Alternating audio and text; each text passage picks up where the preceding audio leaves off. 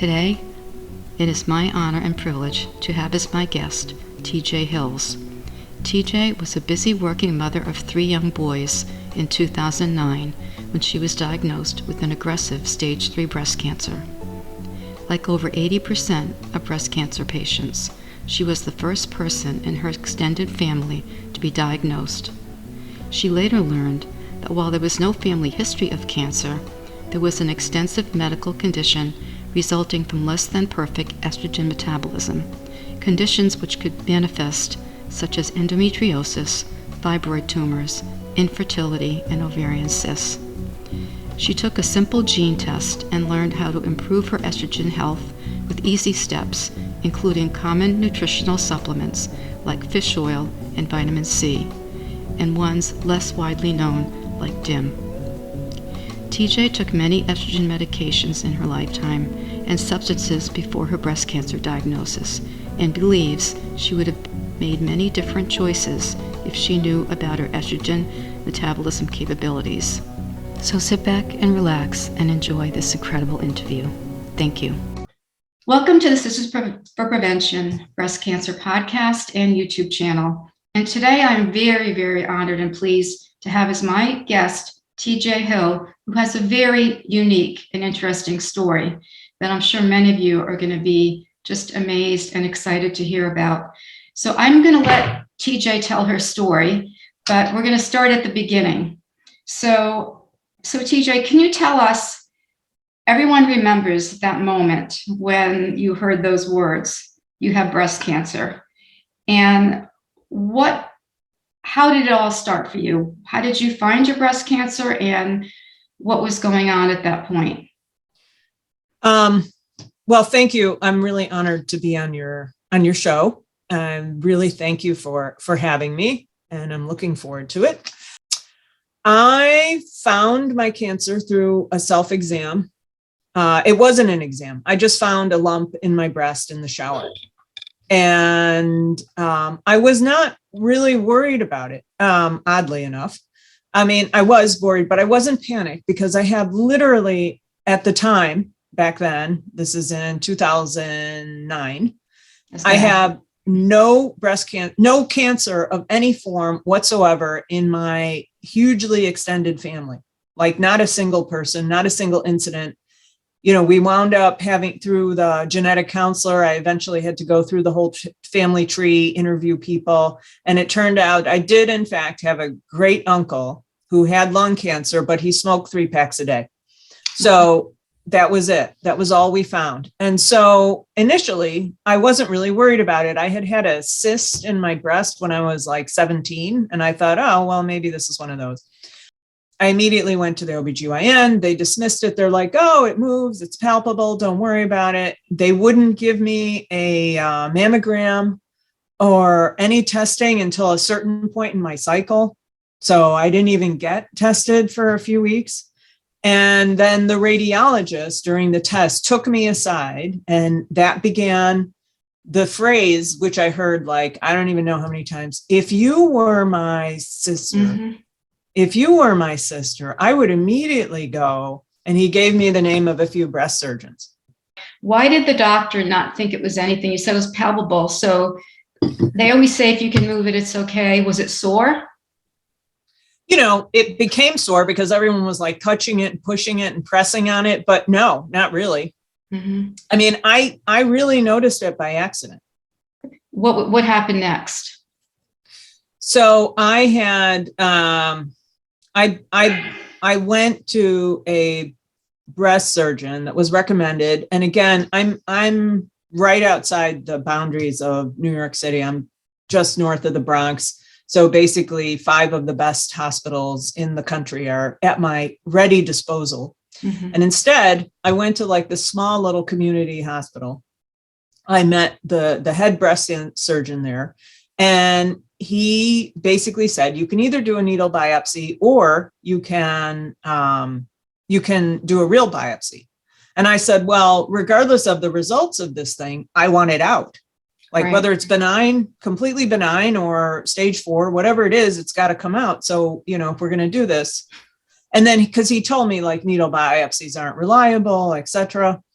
I learned much later, the standard of care, right? To have a needle biopsy, basically immediately. He could have done it then. Back up. So he cut into the tumor. He cut into the tumor. He didn't leave markers, and he basically cut like a circle into the middle of the tumor. He did a biopsy on the tumor, which is not protocol at all. He didn't try and clear margins or anything. He didn't leave markers for himself or the next surgeon. Came out and told my husband it was bad. And he just opened up the tumor. Yes. And so, I didn't know, right? I mean, I didn't know until later when I started going around to those 5 hospitals and saw every single breast surgeon, because then at that point you have to be ready to have a full double mastectomy, right? Like you have to be ready to be ripped apart if, at that point, you're signing forms, because I'm like, you're not going in and then coming back out. Like, they're going to leave, they're going to go talk to my husband and they're going to do a huge surgery. Right.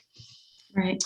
So I went and I saw like every surgeon, and the one I wound up going with, she was livid because, I mean, she couldn't contain her anger because there were no markers.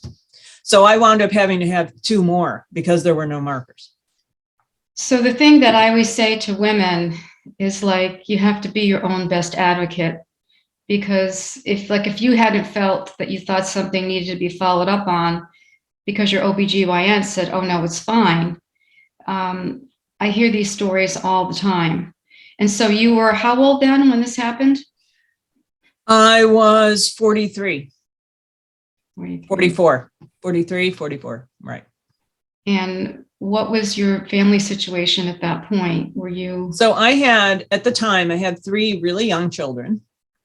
I had my own business and I worked like 60 hours a week. Mm-hmm. My husband worked at least that, plus he was never home. I mean, because he commuted. And so I was like busy, super mom, type A, New York City. And that all, basically came crashing down pretty quickly. I had to revamp my business. I didn't entirely close it initially, but I wound up getting very sick, really, really, really sick. So ultimately that had to go as well. You just said you're working 60 plus hours a week. Tell us about what your business was. So my business, oddly enough, so what I did is I was a consultant to a few of the largest hedge funds in, I guess, the world. And what I did is I basically was a director of their research and data. So I got paid to evaluate like some of the world's most rigorous data and research coming into the portfolio managers, right? And so I researched research. And I decided who knew what they were talking about. I made everyone jump through hoops and proved to me that they knew what they were talking about and why. We did tests, back tests, all kinds of really rigorous vetting to figure out who knew what they were talking about. Mm-hmm. And what I did is I did not do any of this until I was actually diagnosed on myself. So before I was diagnosed, there were some really strange things going on with me. I was bleeding irregularly. I was becoming really tired. I was sleeping a lot, all new things to me. And I, at the behest of my husband, went and saw some doctors, but I did not make it my first priority at all. So that's what was going on prior to my diagnosis. It's really funny because I was diagnosed in January. And I had retired the year before from teaching, but I'd gone back that fall to cover for a teacher who was having a baby. And I remember walking down the hall in October, November, and my vice principal, who's a really good friend of mine, because I taught at that school, said, "You look like you can't even make it to the end of the hallway." And I was the same thing. I was bleeding like you were. And the GYN had no idea. And again, I had no family history. I'm Portuguese. I have no one in my family that's Eastern European or anything that possibly could have a mutation. Yeah, we won't get into my story, but it's just so many similarities where you you have to just tell women, like, listen to your body, because like that wasn't normal for you, was it?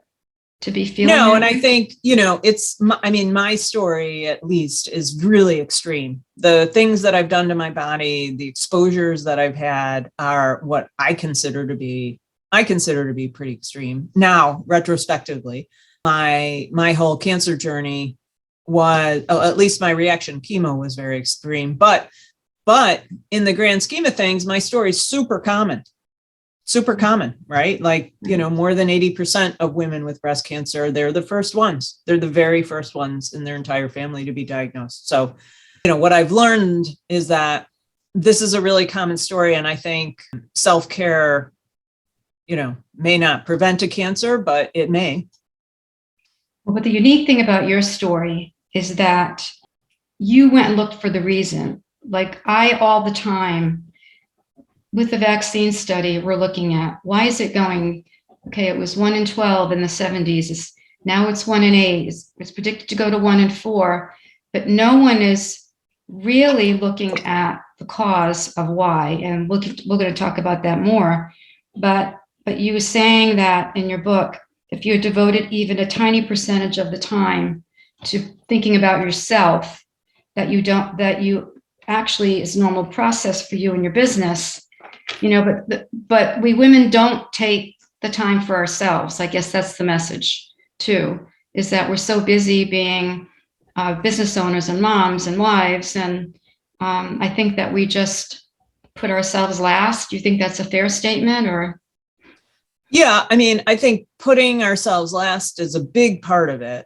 But I also think, being cavalier when you've never had anything really serious. So, I've had, ongoing medical problems that I've had most of my life, but they're not serious, even though, like I have migraines, I have herniated discs, those two things have really constrained my life all along in major ways, but that's not a deadly illness.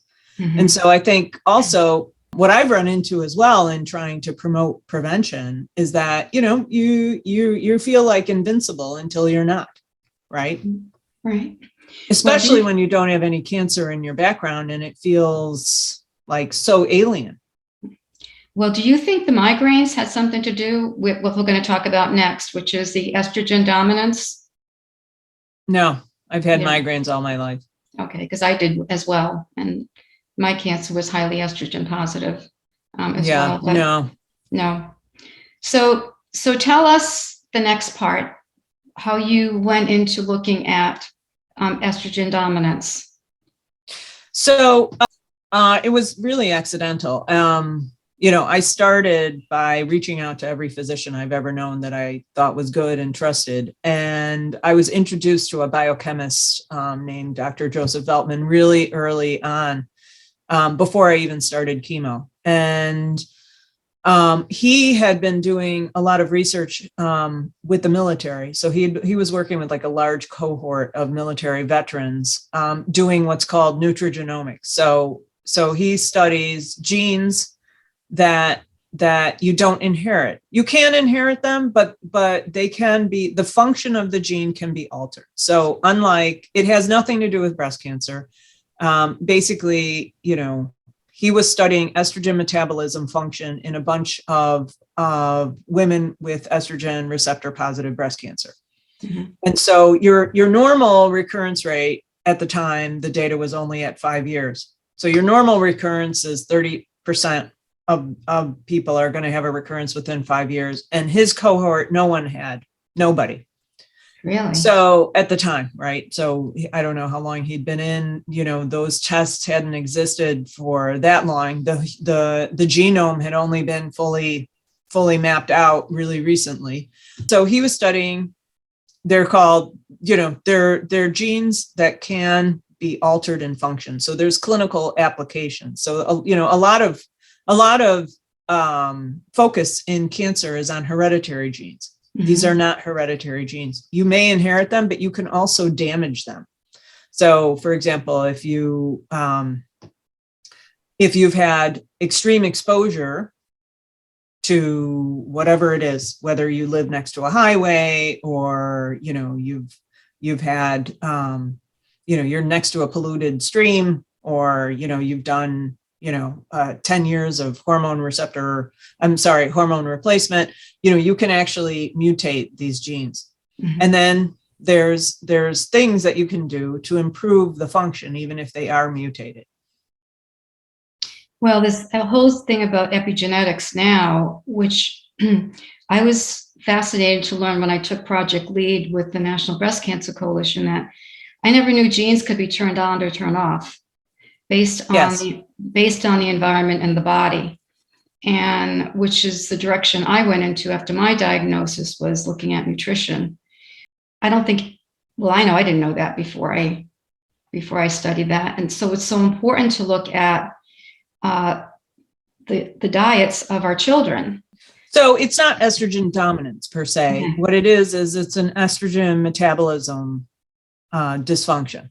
Okay. Right? So, and it's not just, it's, this pathway is basically where all things are metabolized for, the exterior substances, where drugs would go down, et cetera. And so Dr. Veltman gave me an estrogen metabolism gene test, and I had mutations on every single one of the genes tested. Mm-hmm. So what happens to someone who has mutations on that particular pathway?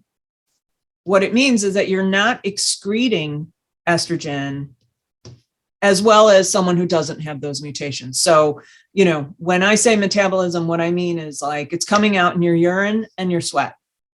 And so if you are having extra estrogens, it means like some portion of that, the residual amount, as compared to someone who has no mutations, right, is staying in your body and potentially becoming toxic. It's not estrogen dominance, because dominance refers to like certain blood levels. Okay. And you could potentially have good blood levels and still have an estrogen metabolism dysfunction.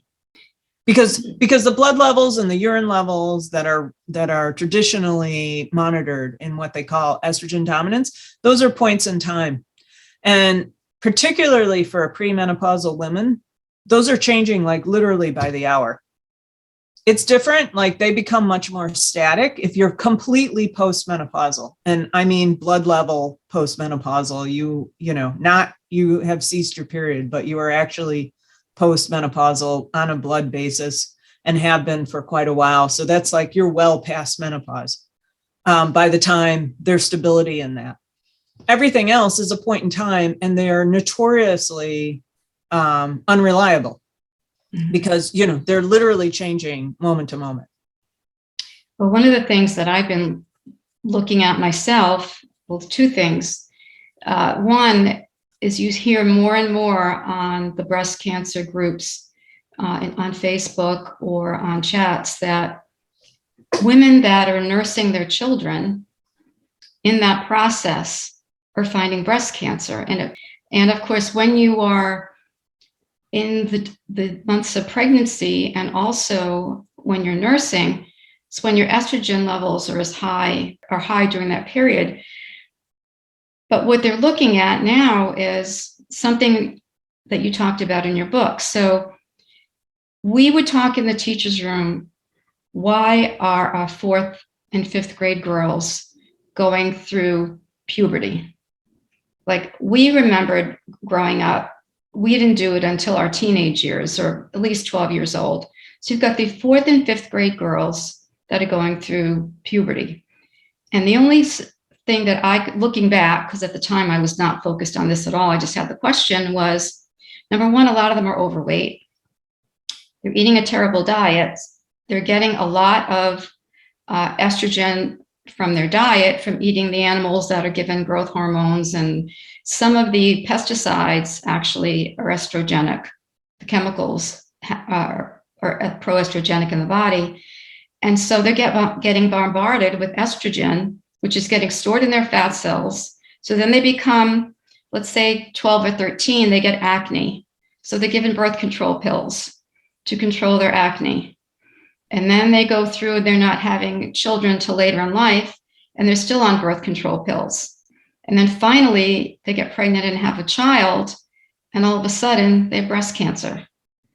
So I think this is the first generation. Well, not really, because since the 60s when the pill came out. But do you have any thoughts Well, on how that? much time do you have? Yeah, I've got a lot of time.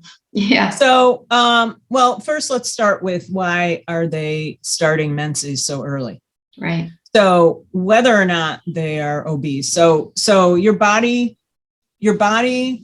produces estrogen, and estrogen is actually many, many hormones, and they're just grouped under the label estrogen. But let's just stick with the most potent one and the most likely to become carcinogenic, which is estradiol. So your ovaries are where most of your estradiol are going to come from. And you produce a different kind of estrogen in your fat cells, which is not as carcinogenic. And so if you're overweight, then you are producing, again, we have to just go to the norm. You're producing more estrogen than someone who isn't overweight, just from your fat, because it is producing a nominal amount, nothing compared to as much as the ovaries are produced. Girls now are exposed to all kinds of xenoestrogens, right? So estrogen-like substances in the meat, in the water, in the cheese, in the food, in the lawns, in the plastic bottles. So they are constantly bombarded, or we are as Americans, because most of these things are banned in Europe. As Americans, we're bombarded literally daily with what are called xenoestrogens. So what's happened is that if you start your menses early, or now early, so the curve is basically moving back, right? So it used to be 13, 14. Now the average, it could be 9, but now the average is literally like 2 years. So it's like 10, 11 is becoming more normal, right? And so you're born, you're actually conceived, but for sake of the argument, let's just say you're born with a certain number of eggs, and that's all you have. And they're in decline from the moment of your birth. Right. And so if you start your menses at 9 or 10, for sake of the argument, I'm really oversimplifying here. Right. You have 20 years. You have 20 years of decent, maybe 20 years of decent eggs. So that used to be like, you start at 13, that means your eggs are in severe decline 20 years later at 33. Now, if you're starting at 9, it means you're done at 29, right? I'm not talking about you're done. I'm talking about the caliber of the egg, right? Right. So if women are winding up, I mean, it's, when you're pregnant and you're breastfeeding, your body is actually completely chemically changed, and it's progesterone that is running through your running at levels that would normally not be running at. If there's anecdotal evidence that more women are getting breast cancer when they're probably touching their breasts more. Those women might have developed breast cancer and then not found it until it was too late or very highly developed. They're touching themselves more, which is how young women find breast cancer, by touch. They're not having mammograms. And even if they did have a mammogram, because of the density of their breasts, they may not find it. So they're actually touching themselves a lot more when they're breastfeeding, which is another reason why they may be discovering it. My whole thing is that those women who are, and assuming they're developing, garden variety breast cancer, which is estrogen receptor positive, and progesterone receptor positive breast cancer, those women are almost certainly, based on all the data, have estrogen metabolism dysfunction. So the issue is, can every girl be tested basically at the outset? So when they have their first OBGYN appointment, my position is that everyone should have this test so they know what they're dealing with, right? So they know how careful they have to be. So they know what they may or may not be taking. Like being on the birth control pill for 20 years is not like when we were younger, right? So birth control pills now are a tiny fraction of what they were when we were the same age. Literally, like they're less than a tenth and they're going down even further. So, you know, the kind of birth control pills that I, for example, took are way stronger. And again, if you have that estrogen metabolism dysfunction, it's acting over time, right? So if a tiny little amount is not being excreted through your urine or your sweat, it's just circulating in your body. Yeah, I took birth control pills in the 80s, and I only took it for 2 years because I really didn't like the way I felt on them. My husband is 11 years older than I am, so we were planning on starting a family pretty quickly anyway. And I did not go on them again after I had my children because I didn't like the way they made me feel. But, you know, so I took them for almost 20 years. And I started when I was really young, and going back to your example of the young girls, you know, they don't know what it's like to be off the pill. So they're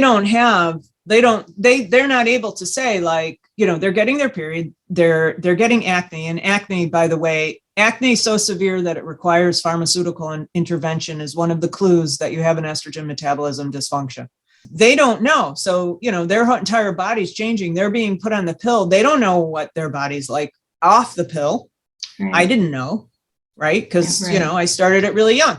And so it's not like they can say, oh, well, here I was, here I'm not. And then they just stay on it, or they can stay on it because they're used to it. And it doesn't occur to them that they could have a different sense of their body. There's a few symptoms that, you know, cancer is the end of the line, right? Because cancer is the only thing that is deadly. But, you know, endometriosis, I mean, the other things are super unpleasant, but endometriosis, irregular bleeding, and by that, I don't mean menopausal. I mean irregular bleeding when you're young.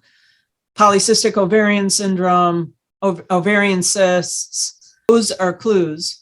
Like, you know, that's not the only reason why those disorders exist, but those are clues that there is an estrogen metabolism dysfunction. And it's very easy to improve the function of these genes. It's very easy. So, you know, what I'm advocating is that girls, I think everyone certainly in America, with the amount of load that we're exposed to, ought to have a test so you know what you're dealing with. So if you're a mother, you know, and your daughter comes back with every single mutation, then you may choose not to put her on the birth control pill, even if it is 1/10 of the dose. What you're talking about is so simple that all young women should really have access to this test, because it would help them to know. It's almost like the BRCA test. By those women getting that, they know what their options are. They have a high incidence of getting breast cancer. But this other test that you're talking about seems like all girls should be getting this test. It's almost, well, not just all girls, right? But all women, because the more critical exposure. So birth control pills, again, now are nominal, right? And I mean, that brings a whole nother conversation. And, you know, I'm talking about one very specific risk. There's all kinds of risks to getting pregnant, right? To getting pregnant, to having a baby when you're really young, to, it's a very complicated topic. But so I'm just like ignoring all of that. But the bigger exposures are if you have in vitro fertility treatments, or you go on hormone replacement, because those are big doses of estradiol. And when I say hormone replacement, I don't just mean the pharma hormone replacement. I mean, you're having hot flashes, you go into Whole Foods and you self-diagnose.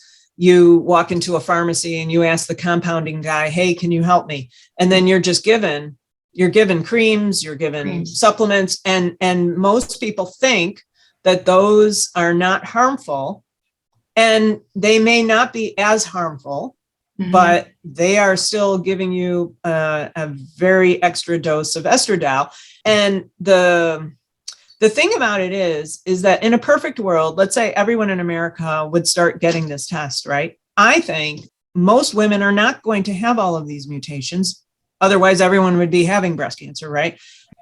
Most women are not going to have them, and they are candidates for hormone replacement. And I know a lot of women who don't take it because of the WHI study, where there's a nominal risk. There's a lot of other risks, and I'm only talking about breast cancer risk. But I think a lot more women would wind up on some form of hormone replacement, natural or otherwise, and doctors would feel a lot more comfortable prescribing it. The young girls as well. If you're talking about xenoestrogens, if you buy cheap makeup with the parabens and the phthalates and all the preservatives, you're getting those compounds again absorbed. Our skin is the biggest organ that we have. There's just so many things, and you're literally surrounded all day long in America with xenoestrogens. So I think getting the information on the test shows you how careful you have to be, because being careful in America is really expensive. So the best place to go to figure all that out is to the Environmental Working Group website. Then you go product by product and you figure out what's toxic, what's not, whether or not, Tide versus, Tide is probably the most polluted one, but there's plenty of others, right? Mm-hmm. So then, do you have to buy an organic laundry soap? How much money do you have to spend on your cosmetics and your skin creams and everything else in order to avoid this? I think if you have the information, then you know how careful you have to be. So one of the hacks that I use is, instead of having to look up every single thing I'm using, is I only buy European produced stuff. And you can get cheaply produced European stuff because it's all illegal there. So, if you go into CVS and you restrict yourself to like Vichy and you make sure that it was manufactured in France and not in New Jersey, then you know that you're not getting that load. The same thing, like, you can choose, how much money am I going to spend? Am I really going to eat organic beef, or am I only going to eat organic chicken all the time? And then when I do eat beef, I'm going to have regular, because I can't afford to spend $25 a pound on organic beef. So, those are the kinds of decisions that someone who has a lot of mutations would be able to more easily make for their life. Well, it's interesting because I lived in England for 4 years, and a simple thing, first of all, they had very little packaged food. And then I was there 1993 to 97, but Kraft macaroni and cheese was different in England than it was here. Yeah. Not that I'm endorsing Kraft macaroni and cheese. I didn't know back then what I know now, but they couldn't put in the coloring, artificial coloring, and the preservatives.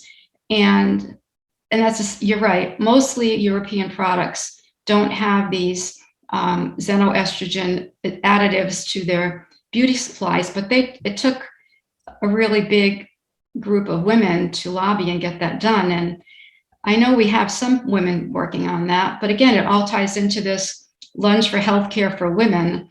I don't think that there's enough attention being paid to all these issues. When I think back, I thought I was eating healthy. I ate a lot of salads. I was not overweight, but my lunch typically at school was a microwaved lean cuisine in a plastic container. You don't think about that until you are forced to think about that. So before we get off track, do you want to tell us about your IVF experience? Yeah, but let me just talk a little bit about remedies. So, avoiding the exposures is one way to go. But if you've already had a lot of exposures and you have a lot of mutations, then, there's some really simple things that you can be taking to try and get your estrogen excreting properly. So the main thing, there's some variations of this, different doctors, different studies like different things. But, for simplicity's sake, there's a substance called Dimpro. And the bioavailable Dimpro is essentially like eating a room full of broccoli every day. So, if you go through like the cancer studies and estrogen metabolism thing, they'll be like, oh, you should have broccoli every day, cruciferous vegetables, you should eat your cauliflower. You can't eat your way into better gene function, because you'd literally have to have like an entire room full of broccoli every single day to come up with the levels that are in the supplement, right? I'm not saying that you shouldn't be eating that, because it's obviously always better to get it from good food. But if you've already had a lot of exposure and you want to take care of yourself and you want to make sure you're excreting more optimally, then you can take Dimpro. And Dimpro is essentially, I'm oversimplifying, but it's basically the mustard family. So collard greens, I think dandelion, cauliflower, broccoli, it's the mustard family. Mm-hmm. So that's essentially what you're doing. And that is the primary active ingredient in getting like two of the main primary genes working more optimally. The other thing for some of the other genes is fish oil, which a lot of people are taking anyway. And the easiest one is a really strong antioxidant. I, for one, just take mega doses of vitamin C. A lot of people will take that when they're sick. To improve your function, if you've already had a lot of exposure, is really easy. If you get into the weeds with it, it can look really complicated.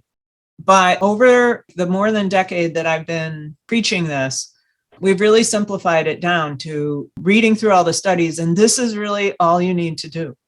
I take those three that you're talking. I take a lot more than that, which I'm not sure I need to. But the first thing they put me on was vitamin D3.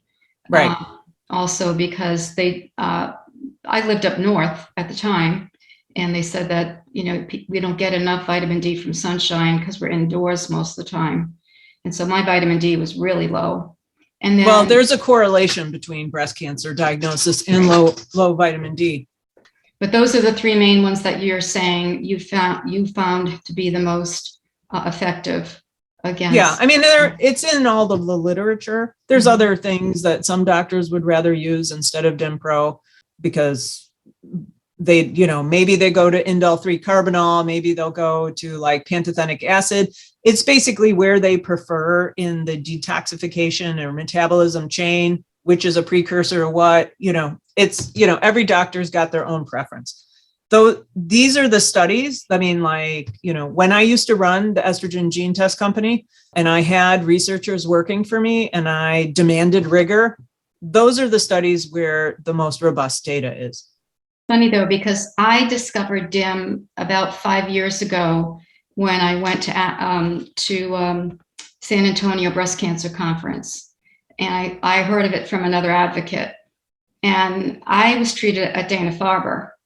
And the one thing that was very lacking was whenever I had a question about a supplement, they always brought in the pharmacist. And she would say, well, I don't know. And it's funny because had I listened to her, and of course, Dana have the best in the area. Most of them are trained at Harvard. She would say, the only thing she approved for me was turmeric. I was taking turmeric at the time. Right. Yeah. And I had heard about DIM until, like I said, then very little guidance when you are diagnosed with breast cancer is given with regard to supplementation. And well, the bar. So at Sloan, they have what they call an integrative health department. And so if it's an optional, mm-hmm. it's an optional addition to your treatment. You can go and you can see there. And yeah, because there's a whole world out there. BRCA is a very, very unusual mutation to have. Mm-hmm. It's extremely unusual.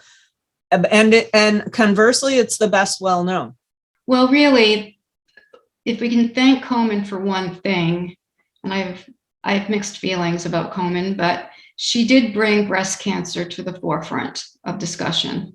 There's not enough people. What I found in my work 12 years ago, it was a huge obstacle because nobody was looking at primary prevention. Now, what we're talking about here, even forget about a vaccine. We're talking about knowing your own body enough for primary prevention, so you never get the disease. Most of the money available for researchers up to now or recently has been finding a new drug. Right. You've already got it. Right. It's post-diagnosis, so it's focused on when it's too late. Right. But why aren't we getting it before it gets out of the barn? That's the problem that we're facing. And to change that paradigm has taken 12 years, and thank goodness it's changed now. But I also take a mushroom supplement. At the time, I also read there was a nurse's study about melatonin, Have you heard about that study at all? Where they were finding, they did it at major hospitals, and they found that nurses on third shift were getting breast cancer at a pretty abnormal rate. And when they tested them, because they weren't sleeping enough on regular basis, that melatonin actually is helpful in preventing breast cancer as well. I mean, I'm hoping that'll do it for them. But, there has been an extensive amount of research, and, this was really started by the military on the disruption of the circadian rhythm. Right. And so long-term disruption of the circadian rhythm can, result in toxicity. Right. So for example, my mother, we think that, she wound up with her cancer because she was at least 50 years, twice a day user of talcum powder. So there's that. And then my father and my parents, they didn't smoke, they didn't drink, they weren't overweight. My father was one of the original airline executives when people actually started using airlines in the 60s. And he used to travel around the world for 40 years, more than 40 years. And so the only thing that we've been able to figure out about him is that because again, there is no family history, and is the constant disruption of his circadian rhythms from decades of doing that. I mean, you don't know, right? Ultimately, you don't know. Both of my parents have had their entire genomes in studies at Sloan sequenced. Their entire genome, not just panels, not just, because that's what I do. Because by the time they were diagnosed, Sloan wouldn't take me for the entire genome study because I had lived too long. So it's like, okay, well, you've lived too long. You were not doing your genome. So both of my parents have not, in their entire genome, have not one single solitary cancer gene at all. Like literally, not even the ones that are like under investigation, not one. You have to look to external circumstances, and that's pretty much the same. I mean, we may find 20 years from now answers. There may be all kinds of links with all kinds of genes that we haven't figured out now, 20 years, 50 years from now. But right now, it's not looking like that's your primary determinant. Well, I was a chemistry major in college, and I had a work study grant. So I spent 5 days a week in the chemistry lab back in the day when benzene was thrown down the sink because it was horrible, right? And then I worked for IBM for 2 years, where it was a weapons system for the Trident submarines. So I was in this lab with about 50 computers around me all day long. So, the radiation from that, but you don't know. And when you're young, you don't think about it. Like, this is right. You're job. Invincible. Right. This is my job. This is what I'm going to do. I like that what you said about those 3 things, because I take a lot of supplements. If you could break it down into 3 or 4, that makes it more doable for most people. Well, I don't think this is a big thing, right? I don't think you should be putting anything in your body without data. So I really think that, women should get the tests, because then they know how careful they can be. Because going back to your question about IVF, I did 3 really high level doses of IVF in a short succession of time. And that's just a huge dose, because the levels of medication that they give to old women. So it's different. You can have real infertility. Deciding you're going to have a baby at 40 is not real infertility. That's just old age. That's the total decline of your ovarian egg, right? Which is different. That's not really infertility. That's an aged egg. So what they give you when you're that old is just mega doses. And I actually went to a physician in a practice in Manhattan that specializes in aged mothers. So, those are big doses. I know women who have had like 12, 15 cycles of IVF. The studies that show there's no correlation between breast cancer and IVF, they need to do a lot more work. The data sets are old. I've read them all very thoroughly. They're not, every physician has their own cocktail. Everyone's got their own background, their own age. Like, you just can't lump everyone. And, one of the more critical things is, did they give birth? Because when you become pregnant, your entire biochemistry changes and you're basically interrupting all of the estrogen, and giving the birth process itself, like actually giving birth, is another huge chemical change in the body, as well as breastfeeding. So you've got like all of these things. And like when you go through the studies, they're not even talking about that. Did this result in a live birth or not? There's so many factors. Like I basically still haven't seen a rigorous IVF and breast cancer study. It's all anecdotal at this point. But it does make so much sense. Well, you can extrapolate, you can take the hormone replacement work from the Women's Health Initiative and the huge studies that they've done in England, like the Million Woman Study. And you can just say, well, if this dose of hormone replacement over time would result in this many women becoming, it's not a lot, right? It's not a huge delta of change to the women who wind up with breast cancer. Then you can say, well, it's just kind of a logical thought, but IVF itself is so much more complicated than hormone replacement. Like the factors, did you use someone else's egg? Did you use your own? How many rounds did you have? What was the levels achieved? Did you give birth? Did you not? How many babies were there? It's very, very complicated. And I haven't seen like that kind of delineation of data. Maybe we'll get there. It's an emerging industry, IVF. For all it's talked about, it's still like a very nascent industry. Well, it's only been in our lifetime that it was even possible. Well, and not even right. Like our lifetime. It's like pretty new. Pretty new, yeah. Right. Yeah. So is this estrogen test, like could you explain to women, how would they go about? Is this something you just go in and ask from your OBGYN? Would they no, like, so I think, your average OBGYN is not familiar with epigenetics or nutrigenomics, right? The physicians that are, at least in the United States, are normally functional medicine or integrative health doctors who may or may not be familiar with epigenetics or nutrigenomics, but at least it's being marketed to them all the time. So what I do on my website, I have a list of the companies that I know that offer it. And one of the companies, you can actually use one of their physicians to order it. Okay. So, you can take the information on the tests and bring it to your doctor if you have a good relationship with them and they're open-minded, and they can order the test. Or you can use this one company that actually will arrange the physician for you. So let's talk about your book here. And I found it was fascinating. It explained to me so many questions that I had. Thank you. Yes. And so you've got the book. The book is available on Amazon. And let's talk about your website. So my website is betterestrogen.com. And in it, there's a list of the available testing companies, which you could bring to your doctor or use that one that, where the doctor is available.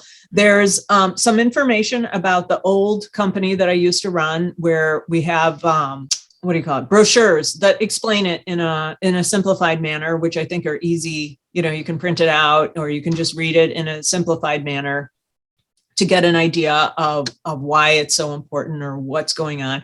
And in the website, there's a whole area for physicians, basically the guideposts of what you need to do and why you need to do it. So, I have in the website, I have the lists of common, because we're talking about breast cancer, but, living with endometriosis and polycystic ovarian syndrome and ovarian cysts, like these are pain and irregular bleeding. These are painful, horrible things that influence women on a daily basis. And everything I'm talking about can help. It's not the be all and end all, but it can help, right? So if you improve your estrogen metabolism function, it can help. It can even help with, hot flashes. The breast cancer advocates I've met in my 12 years, to me, have been the greatest blessing that I've received, because you really took your disease and questioned enough, like scientific method, to find out things, but you're not just keeping them to yourself. You're out there sharing it, trying to make things, better for other people. I just want to say thank you to you, because if it weren't for advocates, we wouldn't be finding out things that are necessary to find out, because you're taking the initiative to go get grants to try to get changes made in our healthcare system. I mentioned this in my book. I'm like the crazy ex-girlfriend who's like stalking their ex-boyfriend, except what I'm doing is I'm constantly keeping like up to date on the latest treatments, because I'm wondering, like, did I have to really go through that? Mm-hmm. Did I really have to go through that? And so far, the answer is yes. Show your book one more time, because it's a great book. Thank you. Yes, Sex, Drugs, Babies, and Breast Cancer. I think every mother of a daughter should read this book. And they should read it for themselves too. Right. Because that's the other thing I find. When I talk to middle-aged women, the first thing they're talking to me about is their daughters. And I'm like, yeah, okay, but what about you? Like, what about you? And it just goes back to my original point, is that, the children are coming first, the job's coming first. And, your daughter's making some really important decisions. But a lot of times it's 20-year-old women. That's not the same as a 10-year-old on the birth control pill. Because one of the things we didn't talk about is got nothing to do with what I'm talking about, is like, you put a girl of 10 on the birth control pill, how is that interfering with her actual growth? Right. Mm-hmm. That's a whole nother conversation. Right. Because we're not talking about birth control.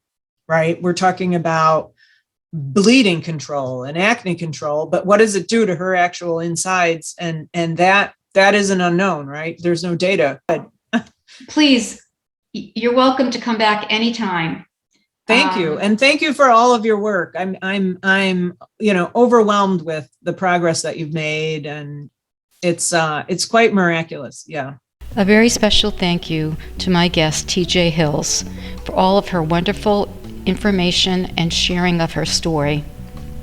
We all learn from each other, and the more we share, the more we will be able to combat this horrible disease. So please visit her website, www.betterestrogen.com, and go to Amazon to purchase her book. So till next time, thank you for watching, and stay safe, stay healthy, and may God bless. Thank you again.